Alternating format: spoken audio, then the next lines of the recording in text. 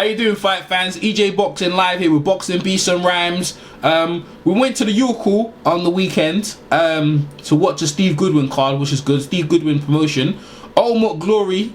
So that was the card, what it was called. Me and Beats are going to go through the fight schedule of the fights we saw, because me and Beats came at a certain time. It started at 5 PM. I got there about 7. So the certain fights I missed or I came in. So I'm going to go for the first fight I saw, and that was the Flyweight. And I saw just the ending. It finished in the first round. So I saw Prince Patel versus Patrik Kovacs. And the Flyweight was scheduled for 4 rounds, and like I said, Prince Patel finished in the first round. My evaluation of Prince Patel, he's one to watch. He's got the flair and brash like a Nassim Hamid.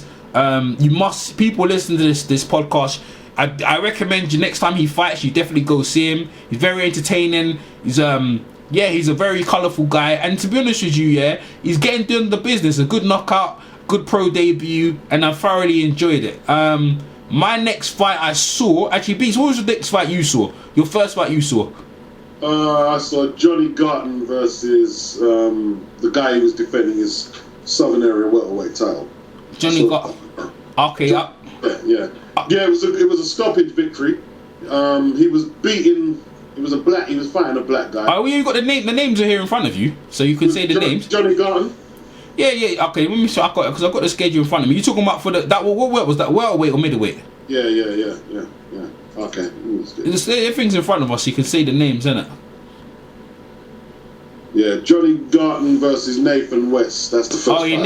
Nathan West. Go ahead, break the fight down, Mason. I'll tell you what I saw as well. Go ahead. Yeah, the black guy looked a bit tentative. Wasn't aggressive enough. He let Garton dictate the pace. Garton was buoyed on by his fans. He landed some jabs, and he was able to get the jab. Then he started getting the right hand into play. Then I saw a big right hit the guy in about the 3rd or 4th, was it? And it knocked him down. Then he followed him up, punched him nearly through the ropes, and Garton won well. 4th round stoppage, I believe. Yeah. Area welterweight title. In fact. Yeah, that was for the scheduled for 10 rounds Southern Area title. I feel that there was a lot in that fight. Did you see it from the start, or where did you catch the fight? Saw it from the start. Okay, yeah. So you saw the build up from the start. It looked like the fight was going to turn into something, because I tell you what, Nathan Wisely, he definitely looked like he was up for it. And Johnny Garden, he's a more experienced guy. And that fight, it turned more or less one-sided fight. After the second round, it looked like it was all one-sided. It looked like Johnny Garden was loading up, and Nathan West looked like he was just trying to survive.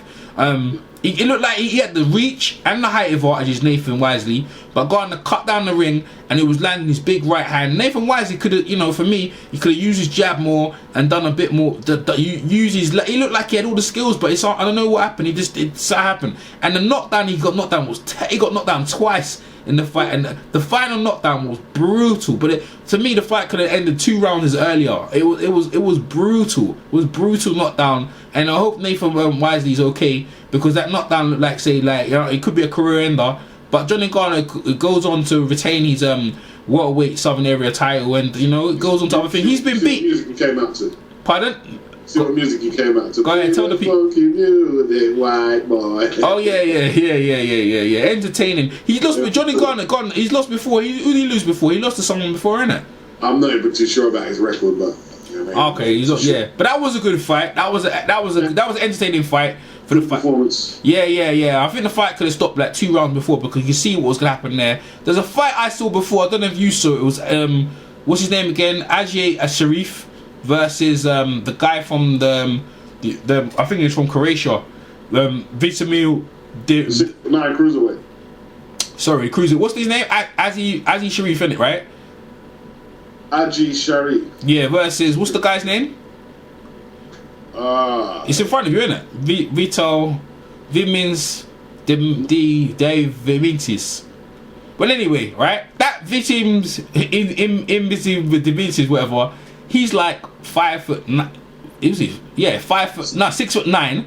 With almost reach as long. He's got a wingspan of someone 7 foot. As he fights out of Don Charles's gym, Punch London in Mill Hill, and Don showed me that he's in great shape. I was talking to Don about him previously. Don showed me he was in great shape. You know, previously he got knocked by him in the first round, I believe, and that was a shock to everyone. So they had the rematch. And to be honest with you, this fight kind of went the same way. It's just that Asif was in better shape. He was going into the last round. He was looking okay. He landed a couple more punches, but the long reach of the Croatian guy, it was too much, and he didn't see too much. He got hit with a big right hand, hit him on the top of the head. I was talking to him after the fight. Me and Big was talking. He said he was dizzy. He said, he lost his equilibrium. And he said, nah, I mean, it was all over. It's a shame, though, because he's a pretty good guy. And his crowd were live. They all came to support him. It was a very lively crowd. He's got a good fan base. He's a good kid. But he looked like, stylistically, it wasn't meant for him. And to be honest with you, a lot of people were thinking, why did you even take the rematch?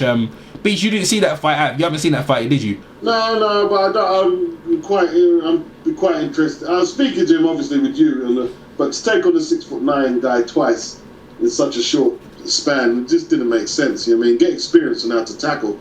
That's the tallest cruiserweight in the world, right? Yeah, that's right. Yeah. I mean, you don't need that word, man. All right, so that fight's a shame for Arif. Hope he goes on. See what V2 goes on.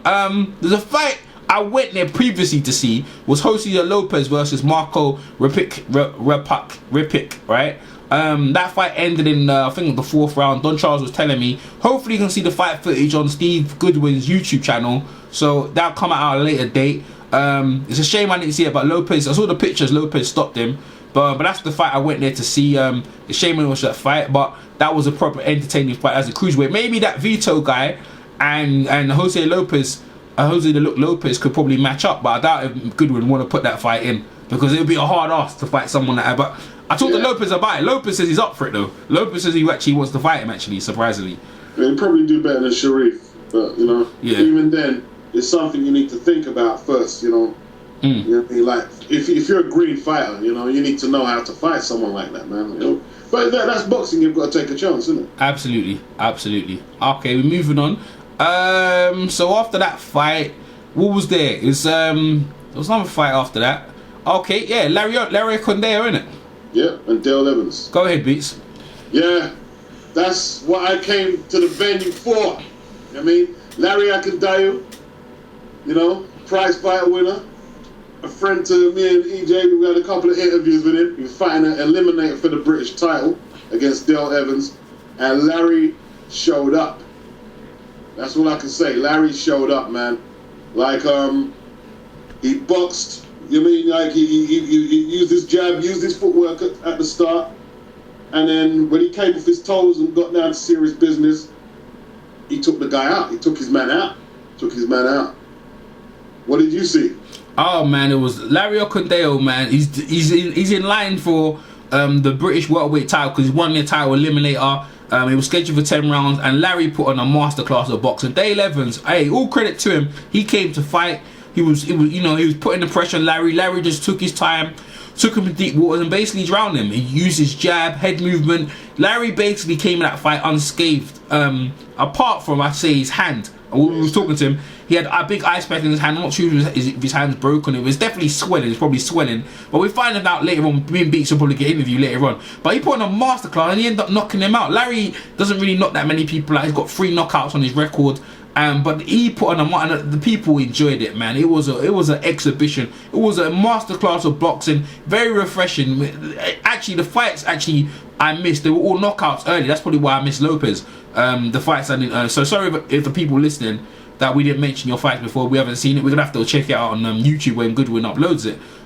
Goodwin Promotions upload the channel. So, but the Larry Ekundayo fight was definitely one to watch. And then when the footage comes out, you must watch that.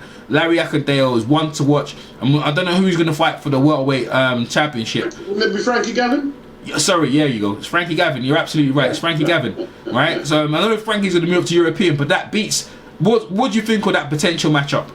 It's a great matchup, man. It's a great matchup. And I tell you what, man, they might have Frankie as favourite because he's a former world champion and he's well ranked, but Larry is going to be in there, man. Larry's going to be in there and he's going to be ready. He punches harder than Frankie and he can box very well indeed. The reason why his hand was swelled up because them left hooks in your frame was serious, man. Yeah. Serious left hooks in there, man. Yeah, but if Frankie wouldn't be hard to hit. Frankie's not coming forward in that fight. That's actually going to be a very cagey fight. It's going to be one for the purist. That's one for the purist right there. Beach, it depends where. If it's in London, you're gonna go buy a ticket to go watch that one, yeah? Yeah, I definitely will. I definitely see. But the thing, you see what the problem Frank is going to have with Larry, yeah, right? Larry in this fight, he came off his off the counter punching and went aggressive. But if Frankie wants to do the counter punching, Larry's the counter puncher. Larry will be as patient as you want if it needs be. Yeah, Larry can be very patient as well. So that, I mean, he's going to cancel out a lot of what Frankie does. You know, so that's going to be a good fight. I'd love to see that one. Yeah. I love to see that. A lot of people go that Larry carries a lot of support. A lot of people came to see Larry. The place was buzzing, jumping. You know, and Larry just put on his jab, movement, head movement. And Dale Evans, man, I like him. He's a, you know, Dale Evans got a good, had a good fan base. Comes in, Dale Evans comes to fight. It's just that it was like a bull versus the Matador, and Larry the Matador just basically just stuck it to the bull. Dale Evans, hopefully he got knocked down and stuff and the fight got stopped and that, but he put a grave effort. Hopefully he comes back to see what he does, but Larry definitely looks like the real deal. And for me, if he goes into fight Frank and Gavin, boy, that's a toss up for me. It could be a 50-50, but Beach has got Larry. You know what, I like Larry to win. I'll go with Larry as well. I'll take Larry on that one, but I wouldn't be surprised because the experience of Frank and Gavin, it'll be a great fight for the fight fans to watch. Alright, Beach, we move on to the next fight of the night. Go ahead. You talk about Jahmaine Smyle, right? What's his name? Say his name properly, Beats. Jahmaine. Go ahead. Versus Lee Markham. Like basically Jahmaine Smyle. He's probably a British dude, but obviously Jamaican heritage. You know, he come out to Dangerous, and he had Pure Yard man in the crowd supporting him, and very muscular, well built dude. Against Lee Markham, who heavily tackled white dude. He didn't look as strong. Lee was quite good though, man. Like, you know, this was the fight of the night in my opinion.